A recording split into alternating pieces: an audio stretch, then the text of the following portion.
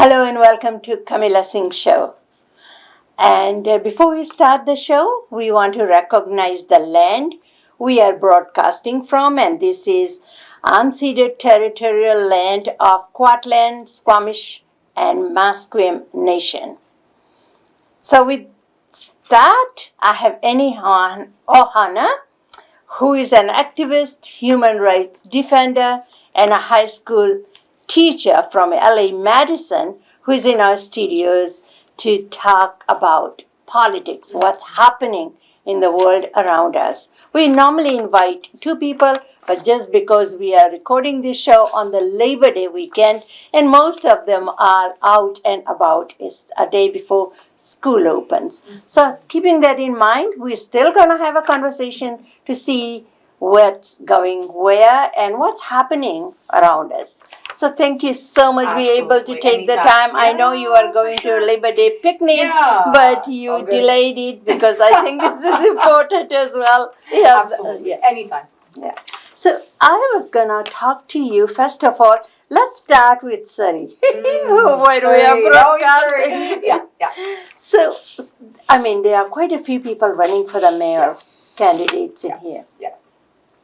And what strikes me the most is that Doug McCallum wants to build a 60,000 seat arena in Cloverdale. Yeah.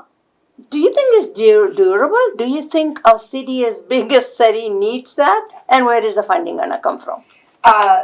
The way he's put it forward, there's just no way. And I mean, the numbers are out there that it would cost over $1 billion. The idea of no parking makes no sense. Like, there's any number of issues in the business case that have been brought up as being not really doable.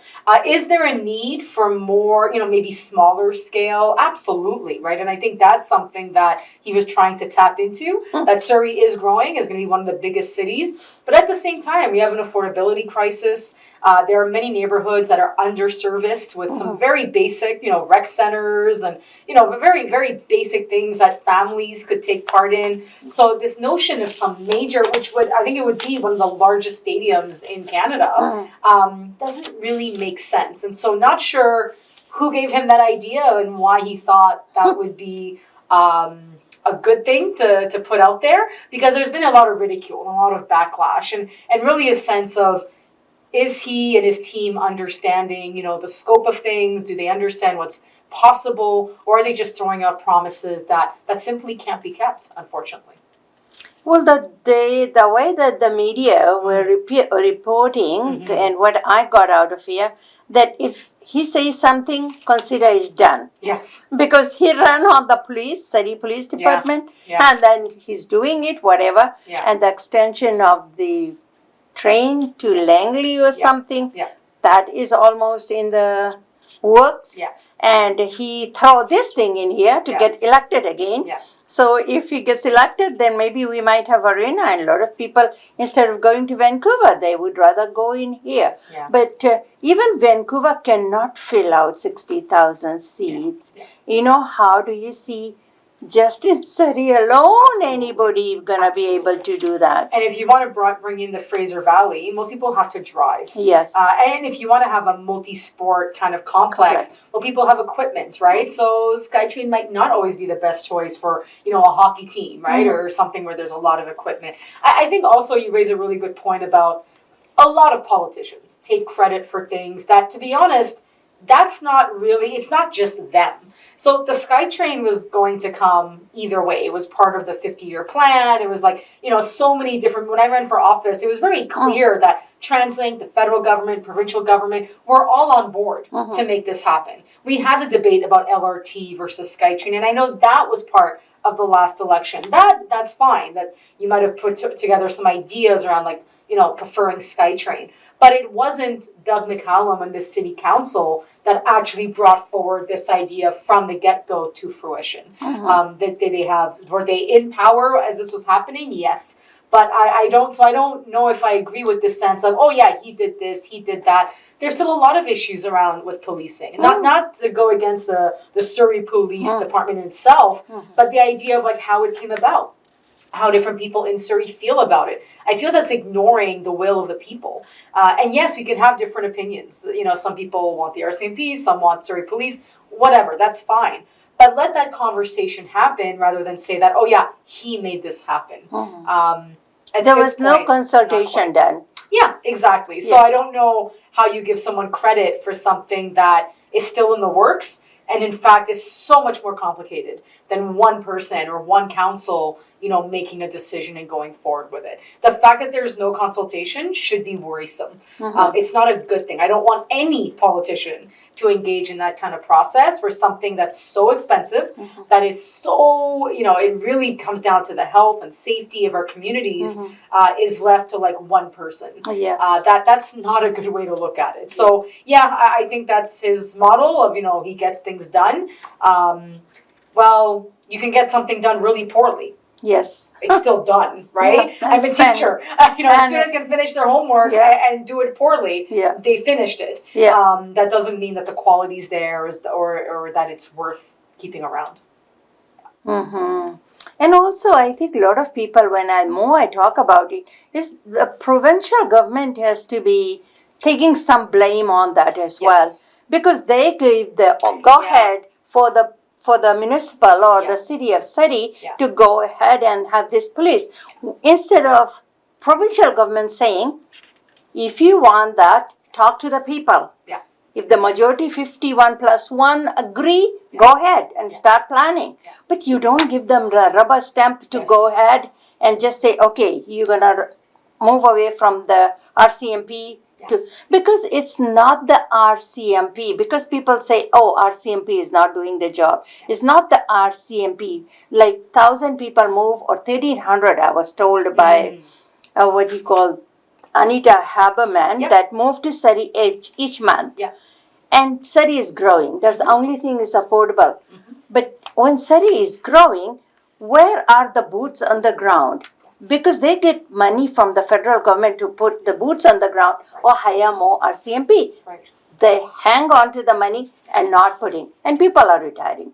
You know, I mean, human as we are retiring. So when the incident, and the crime has gone up, and it's not up to the police to go after the crime. They are there for public safety, right?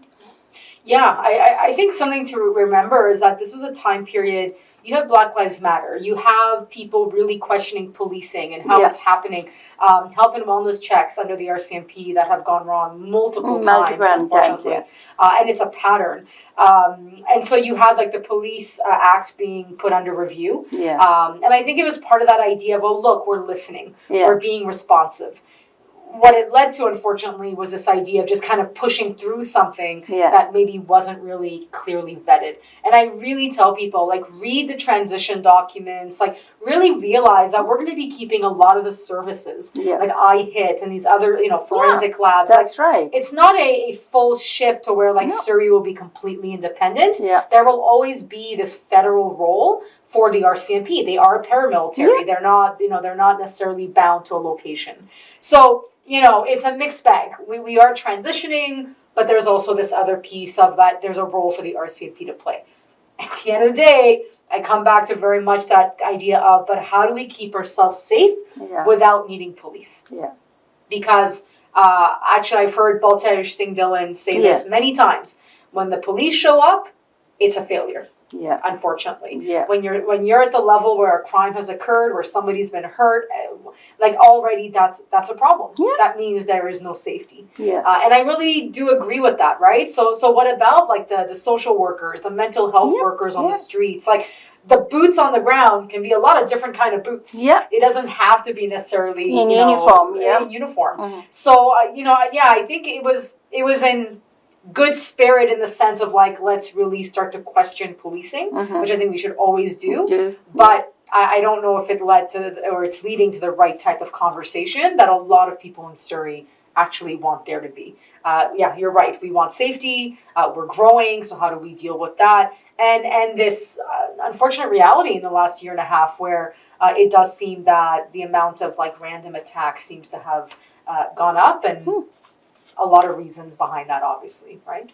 It's growing city. Yeah. Talking about policing, moving a little bit to a different direction, there is a by-election coming. Yes. And it's, what is it, Surrey South? South Surrey. South Surrey. Yeah, Surrey South. With one of the RCMP officers taken a leave, and she is put her name as a Liberal, and there is a teacher, right? Yeah, Pauline Green. Pauline Green.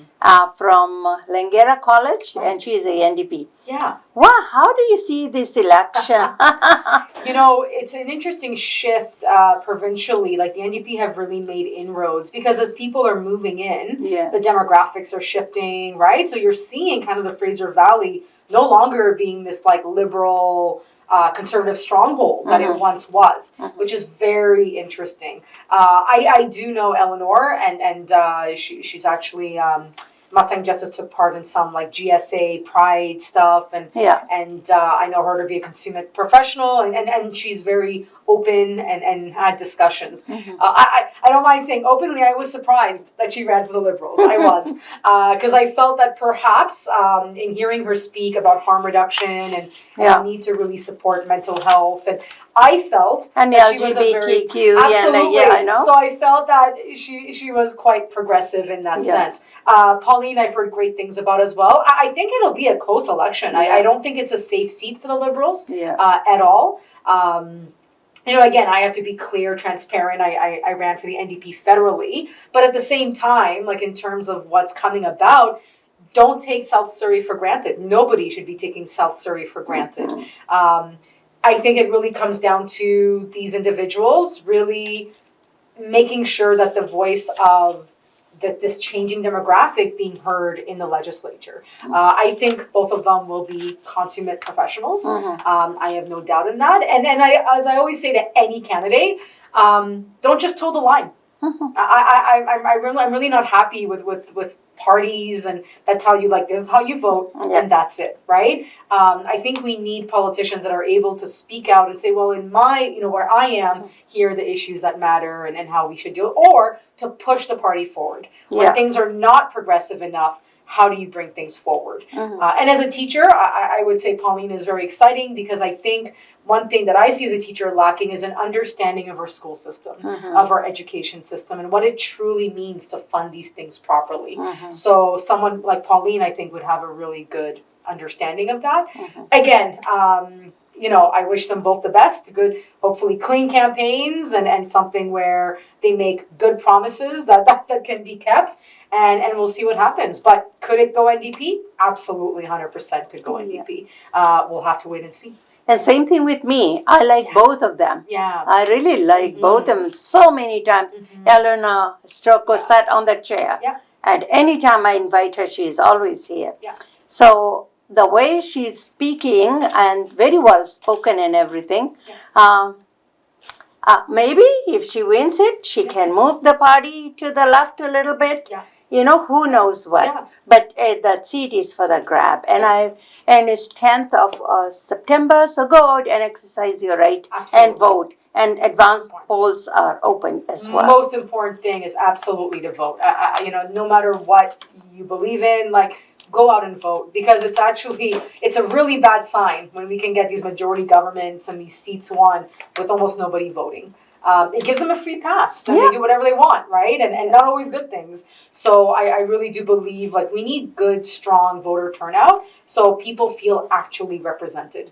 And that you have a voice and you can actually say, well, I voted for you, but, you did this, you didn't. And I'm always hopeful that we can really move things forward so human rights are protected, so we protect our healthcare system, so we can fund education properly. I think these are paramount to what being a Canadian is, to what living in BC means. So anybody that can help that path forward, I think is definitely going to be. But I think both of them are very high quality people. And so hopefully the people of South Surrey feel well represented. Going back to the mayors, there are so many of them running in Surrey. And there is another one, the new one added to the list is Happiness Sun. Yes, independent, right? Independent, yeah. So there are so many people running, and this is what I find. I can vote, I don't live in Surrey, but I think that how did Doug McCallum got in last time because very few people went out to vote. Yes. There were other candidates, but they just very few voted. Yeah.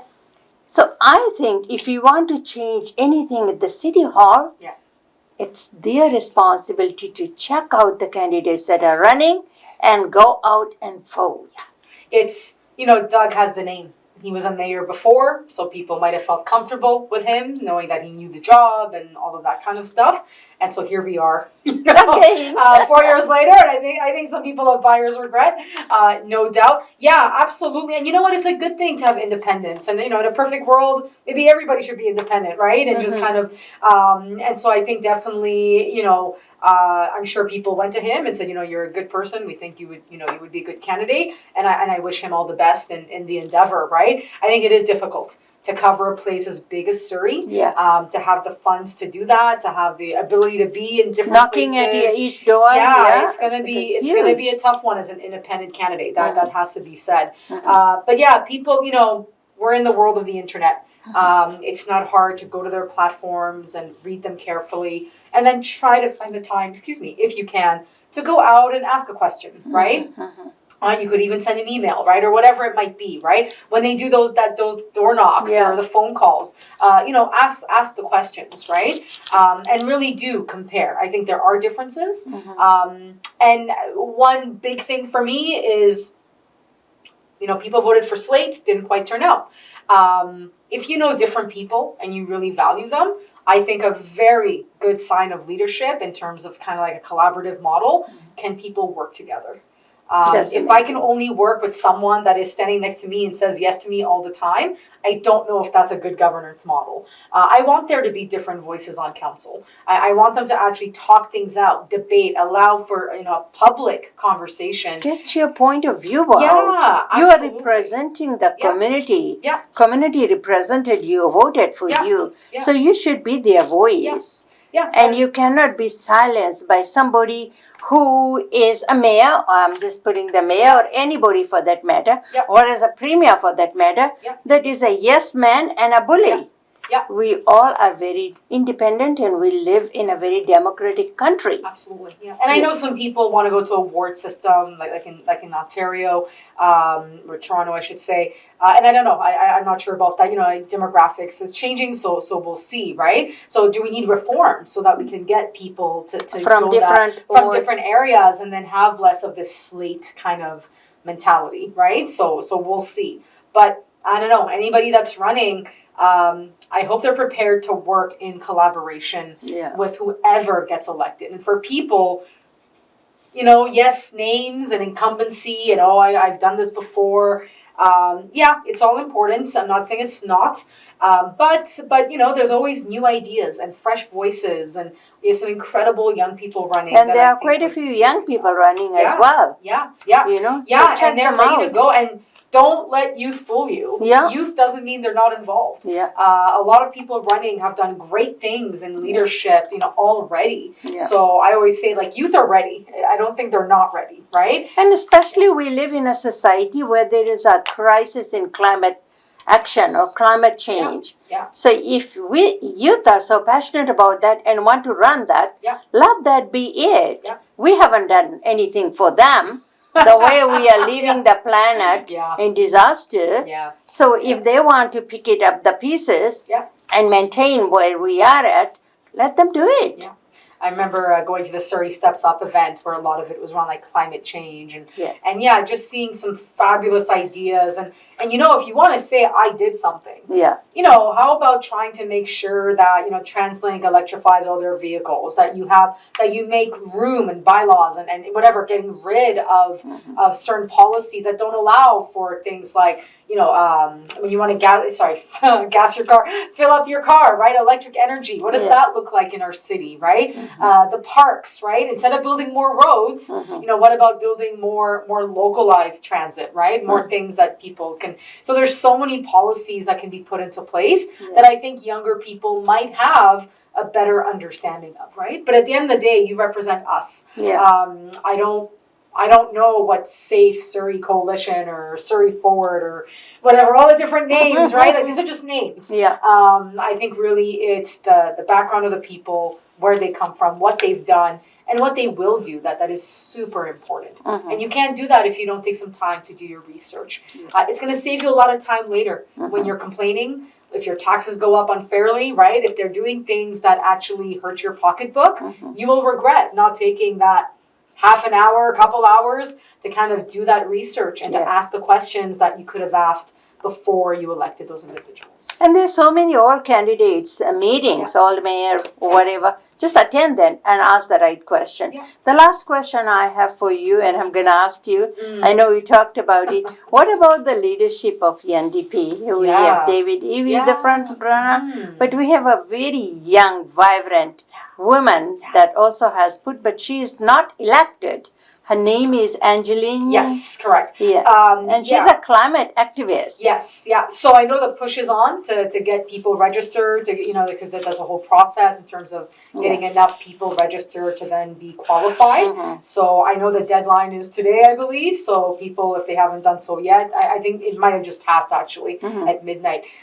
So we'll see how the numbers go out. I think it's always amazing to see that idea that there's different leadership. We should have these conversations. EB should be more than welcoming of Angeline, right? And I think it was exciting. And for a lot of us, it is exciting to see like a younger member and someone that is a great organizer step forward, right? And really bring forward these ideas. This is not a bad thing for the NDP. I think it's great to have multiple voices in that arena. I do hope she makes it to that threshold. But if she doesn't, it's certainly a good experience. And just a sense of what needs to be done. So if other people if she wants to do it again, or other folks want to give it a try, they'll have an understanding of that process. There has to be some standards when you come to that kind of leadership race. And again, people need to vote. And if people want to see difference and send a message to people like EB and others that there are different ideas out there, one way to do that is to not only talk to EB and other folks, but also like to really bring up these younger folks, right? To really bring up people like Angeline so that they have a larger voice, so that they are heard. We make space for them. So it's exciting. It's been exciting. A lot of people are excited for her to run. And again, no one can say they have the answers to everything. And I know EB has a strong track record, all of that, wonderful. But it is really the best for our democracy when different folks come in and can represent all the sides of the party. So that moving forward, I would hope, let's say if EB does win the leadership race, that then he can take into consideration what Angeline has brought forward and really put and that encourage her to run in her riding. Absolutely. And get it elected. And maybe make a strong portfolio or ministry. I think this is just the beginning for her. And I would hope that, again, there's a lot of fresh voices, new faces, new ideas. As the government, I'm sure there'll be a cabinet shuffle. I have no doubt that would need to happen. That maybe some of those new voices can get a chance to have a say through cabinet ministries or parliamentary secretary roles, etc. And she still have till 2024. So at least 2 years to prepare and run and get a seat because her name is out. And she is very well spoken, very well represented. So with that, school is opening tomorrow. I know kids are back in the classroom. So I think if you are driving, the police and ICBCB will be out in full force. So the speed limit is 30 kilometers. So make sure you drive defensively or else you're going to be ticketed. Absolutely. They're out there. It's certainly out there. And please, I mean, it's you being a minute late to a meeting or to your workplace is not worth the lives of a young child or anybody for that matter. Just take it slow. And there's a lot of schools you might not realize around you. So just being careful about that. I know I remember not knowing where one school was. And so just whenever you see that signage, slow down, take your time. And you'll get to where you need to be. It's not a problem. Even if you're late a little bit, doesn't matter. But you are mindful of the kids. There's a reason why it's 30. And actually, it should be even lower if you think about it. But the reality is hitting a person at a certain speed will always result in casualty. And especially when you think about it, in the school zone, who are in the school zone. The kids, the kindergarten, the 5-year-old, 6-year-old. So always be mindful. And they're nervous, even high schoolers, right? Like they're not always going to get them like looking both sides. You just have to give it space Yeah. so that, you know, everybody stays safe. Anyhow, thank you so much Not a for problem. coming in today on your Anytime. day off. Yeah. And enjoy the Labor Day, Yes. and maybe we'll get you back in 2 weeks. Sounds good. With that, we end today's Kamilla Singh Show and hope to see all of you next week. Thank you.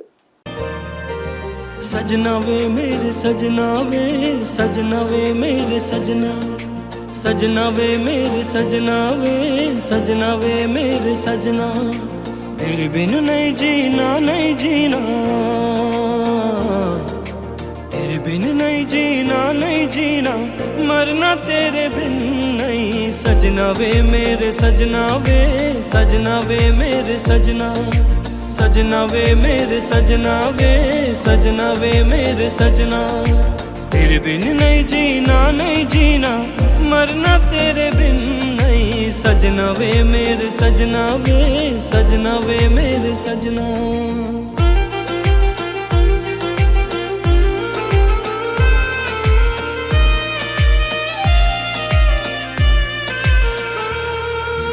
दिन दिन रात रात मैं न जानू तेरे साथ जिंदगी है तेरे नाल सब ही तेरा मेरा सब कुछ तेरा तेरा सब कुछ मेरा तेनू पता ही नहीं कि तू की ये मेरा दिन दिन रात रात मैं न जानू तेरे साथ जिंदगी है तेरे नाल सब ही तेरा मेरा सब कुछ तेरा तेरा सब कुछ मेरा तेनू पता ही नहीं कि तू की ये मेरा तेरे बिन नहीं जीना नहीं जीना तेरे बिन नहीं जीना नहीं जीना मरना तेरे बिन नहीं सजना वे मेरे सजना वे सजना वे मेरे सजना सजना वे मेरे सजना वे सजना वे मेरे सजना